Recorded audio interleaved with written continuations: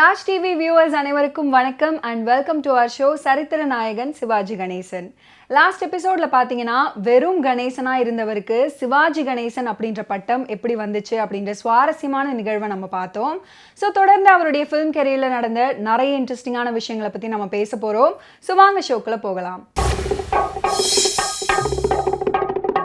சிவாஜி கணேசன் பார்த்தீங்கன்னா தொடர்ந்து நாடகங்களில் ரொம்ப பிஸியாக நடிச்சுட்டு வந்துட்டு இருந்தார். அப்போது கே.ஆர். ராமசாமி அவருடைய நாடக குழுவை தஞ்சாவூரில் தொடங்கினார். இந்த நாடக குழுவில் சிவாஜி கணேசனும் இடம்பெற்றிருந்தார். மனோகரா நாடகத்தில் கே.ஆர். ராமசாமி மனோகரனாக நடிச்சிருந்தார். சிவாஜி கணேசன் மனோகரனின் தாயார் பத்மாவதியாக நடிச்சிருந்தார். இந்த சமயத்தில் தான் கே.ஆர். ராமசாமிக்காக ஓர் இரவு அப்படின்ற நாடகத்தை அண்ணா எழுதினார். ஒரே இரவில் நடைபெறும் சம்பவங்களை கொண்டு கதையை புதுமையாக எழுதியிருந்தார். இந்த நாடகத்தில் சிவாஜி கணேசனும் நடிப்பதாக இருந்தது. ஆனால் நாடக குழுவை சேர்ந்த ஒருவருடன் ஏற்பட்ட கருத்து வேறுபாடால் அவர் நாடகத்தில் நடிக்கலை. அதுக்கப்புறம் அவர் காஞ்சிபுரத்துக்கு போயிட்டாரு. திராவிட நாடு அலுவலகத்தில் தங்கியிருந்து அதுக்கப்புறம் அண்ணாவுக்கு உதவியாக இருந்தார். அண்ணா பொதுக்கூட்டங்களுக்கெல்லாம் போகும்போது சிவாஜியையும் தன்னுடன் அழைச்சிட்டு போவாராம். மேடையில் எப்படி பேசணும் அப்படின்னு பயிற்சியும் கொடுத்துட்டு இருந்தாரு. இந்த காலகட்டத்தில் சக்தி நாடக சபா அப்படின்ற நாடக குழுவினர் நாடகங்களை நடத்திட்டு வந்துட்டு இருந்தாங்க. தங்கவேலு பிள்ளை அப்படின்றவர் இந்த நாடக கம்பெனியோட உரிமையாளர். இருந்தாலும் சக்தி கிருஷ்ணசாமியோட முழு பொறுப்பில் தான் அந்த நாடக கம்பெனி இயங்கி வந்துட்டு இருந்துச்சு. இந்த கம்பெனியில் முக்கிய நடிகர்களாக இருந்த எம்.என். நம்பியார், எஸ்.வி. சுப்பையா அவங்க ஜூபிட்டர் பிக்சர்ஸ் தயாரித்த சினிமா படங்களில் நடிக்கிறதுக்காக கோவை போயிட்டாங்க. அப்போது சக்தி நாடக சபைக்கு அனுபவம் மிக்க நடிகர்கள் தேவைப்பட்டாங்க. சிவாஜியுடைய பால்ய நண்பரான கரந்தை சண்முக வடிவேலு சக்தி நாடக சபை சார்பில் காஞ்சிபுரம் அண்ணாவை மீட் பண்ணியிருந்தாரு. சக்தி நாடக சபாவுக்கு நல்ல நடிகர்கள் தேவைப்படுறாங்க, நீங்கள் சிவாஜி கணேசனை அனுப்பி வச்சா உதவியாக இருக்கும் அப்படின்னு சொன்னார். அண்ணா கொஞ்ச நேரம் யோசிச்சுட்டு அதுக்கப்புறம் சிவாஜி கணேசனை கூப்பிட்டுட்டு, கணேசா நீ சக்தி நாடக சபாவுக்கு போயிட்டு வா, உன்னை எப்போ நான் திரும்பி கூப்பிடுறனோ அப்போ நீ வந்தா போதும் அப்படின்னு சொன்னார். இதனால் அண்ணாவிடம் பிரியா விடை பெற்று சக்தி நாடக சபாவுக்கு சிவாஜி போயிட்டாரு. சக்தி நாடக சபை அப்போது திண்டுக்கல்ல நாடகங்களை நடத்திட்டு வந்துட்டு இருந்தாங்க. அந்த குழுவினர் சிவாஜிக்கு நல்ல மரியாதையும் கொடுத்தாங்க. முக்கிய வேடங்களில் அவருக்கு நடிக்கவும் வாய்ப்பு கிடைச்சிருந்தது.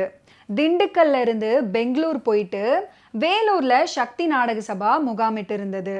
அப்போது நூர்ஜஹான் அப்படின்ற நாடகத்துல நூர்ஜஹானாக சிவாஜி நடிச்சிருந்தாரு. அந்த நாடகத்துல சிவாஜிக்கு வேஷ பொருத்தம் ரொம்ப பிரமாதமாக இருந்துச்சு. அசல் நூர்ஜஹான் போலவே இருப்பாரு. அழகாக நடனமும் ஆடியிருந்தாரு. National pictures P.A. பெருமாள் இந்த நாடகத்தை பார்த்தாரு. சிவாஜியோடைய நடிப்பு அவரை ரொம்ப அட்ராக்ட் பண்ணிருச்சான். எதிர்காலத்தில் மிகப்பெரிய நடிகராக சிவாஜி வருவார் அப்படின்னு டிசைடும் பண்ணியிருந்தாரு. இந்த சமயத்தில் தேவி நாடக சபையினர் பராசக்தி அப்படின்ற நாடகத்தை நடத்திட்டு வந்துட்டு இருந்தாங்க. அந்த நாடகத்தை பெருமாள் முதலியார் பார்த்தார். அந்த நாடகத்துடைய கதை அவருக்கு ரொம்பவும் பிடிச்சு போயிடுச்சு. பராசக்தி கதையை படமாக தயாரிக்கணும், அதுலேயும் சிவாஜி கணேசனை கதாநாயகனாக நடிக்க வைக்கணும் அப்படின்னு டிசைட் பண்ணியிருந்தாரு P.A. பெருமாள். இப்படி சிவாஜி கணேசனை வச்சு பராசக்தி அப்படின்ற படத்தை P.A. பெருமாள் ப்ரொடியூஸ் பண்ண நினைக்கும் போது அதுக்கு பலவித எதிர்ப்புகள் கிளம்பிடுச்சு.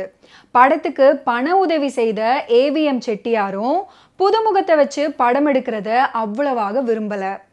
மேக்கப் டெஸ்ட்டுக்காக திருச்சியிலிருந்து சென்னைக்கு விமானத்தில் அழைத்து வரப்பட்ட கணேசனை புகைப்படம் எடுத்து வசனமும் பேச வச்சாங்க.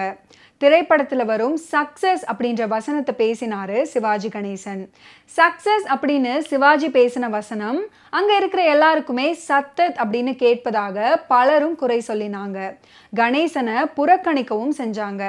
ஆனால் P.A. பெருமாள் முதலியார் மட்டும் தான் படம் எடுத்தா சிவாஜி கணேசனை வச்சு தான் படம் எடுக்கணும் அப்படின்னு முடிவு பண்ணிட்டாரு. அவருடைய இந்த திடமான தீர்க்க தரிசனத்தால் திரையுலகுக்கு கிடைச்ச ஒரு பொக்கிஷம் தான் நடிகர் திலகம் சிவாஜி கணேசன் அப்படின்னு சொன்னால் மிகையே ஆகாது. பராசக்தியில் நடிச்சிட்டு இருக்கும் போதே சிவாஜி கணேசனுக்கு திருமணமும் நடந்து முடிஞ்சுது. சொந்த அக்கா மகள் கமலாவை அவர் மணந்தாரு. பெரியவர்களால் முடிவு செய்யப்பட்ட இந்த திருமணம் சுவாமிமலையில் 1952 ஆண்டு மே 1 நடைபெற்றது. காளிங்கராயர் குலமகள் ராஜாமணி அம்மையார் விருப்பப்படி 6 படை வீட்டில் ஒன்றான சுவாமிமலை முருகப்பெருமானின் சந்நிதியில் சீர்திருத்த முறைப்படி எளிமையாக இந்த திருமணம் நடைபெற்றது. திருமணத்துக்கு மு. கருணாநிதி, எம்ஜிஆர், நேஷனல் பிக்சர்ஸ் அதிபர் பெருமாள் முதலியார், கவிஞர் கண்ணதாசன், அரங்கண்ணல், டி.ஏ. மதுரம், எஸ்.வி. சகஸ்ரநாமம், டைரக்டர்கள் கிருஷ்ணன் பஞ்சு ஆகியோர் கலந்து கொண்டனர். திருச்சியில தமிழ் ஆசிரியராக இருந்த ரத்னம் பிள்ளை திருக்குறளை படித்து திருமணத்தை நடத்தி வச்சாரு. கண்ணதாசன் மாலையை எடுத்து கொடுக்க அதை மணமகளுக்கு அணிவித்தாரு சிவாஜி கணேசன். பின்னர் தாலியும் கட்டினாரு. மணமக்களை கண்ணதாசன் வாழ்த்தி பேசினாரு. ஹோட்டல்ல இருந்து எடுத்து வந்த சாப்பாடு அனைவருக்கும் பரிமாறப்பட்டது. கல்யாண செலவு 500 ரூபாய் தான் அப்படின்னு சிவாஜி சொல்லியிருந்தாரு. இப்படி தன்னுடைய திருமணம் ரொம்ப சிம்பிளா முடிஞ்சிடுச்சு அப்படின்னு வருத்தப்பட்ட சிவாஜி கணேசன் தன்னுடைய தம்பி சண்முகத்தின் திருமணத்திற்கு 100 புரோகிதர்களை வச்சு ஆச்சாரப்படி பிரம்மாண்டமாக திருமணம் நடத்தினாரு. திருமணத்துக்கு அப்புறம் சென்னையில கோடம்பாக்கத்துல வீடு பார்த்து மனைவியுடன் குடியேறினாரு சிவாஜி கணேசன். சில நாட்கள் கழிச்சு ராயப்பேட்டை பெசன்ட் ரோடுக்கு குடி போனாரு. அங்கதான் இப்போது சிவாஜி ஃபிலிம்ஸ் அலுவலகம் இருக்கிறது அப்படின்றது எல்லாருக்கும் தெரிஞ்ச ஒரு விஷயம். ராம்குமார் பிரபு அப்படின்ற 2 மகன்களும் சாந்தி தேன்மொழி அப்படின்ற 2 மகள்களும் சிவாஜிக்கு இருக்காங்க. ஓகே வியூவர்ஸ், இன்னைக்கு நிகழ்ச்சியில நடிகர் திலகம் சிவாஜி கணேசன் அவருடைய முதல் படத்துல எப்படி கமிட் ஆனாரு, கமிட் ஆனதுக்கு அப்புறம் எவ்வளவு சவால்களை சந்திச்சாரு அப்படின்ற விஷயத்த நம்ம பார்த்தோம்.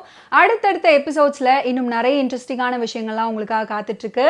மீண்டும் சந்திப்போம். நன்றி, வணக்கம்.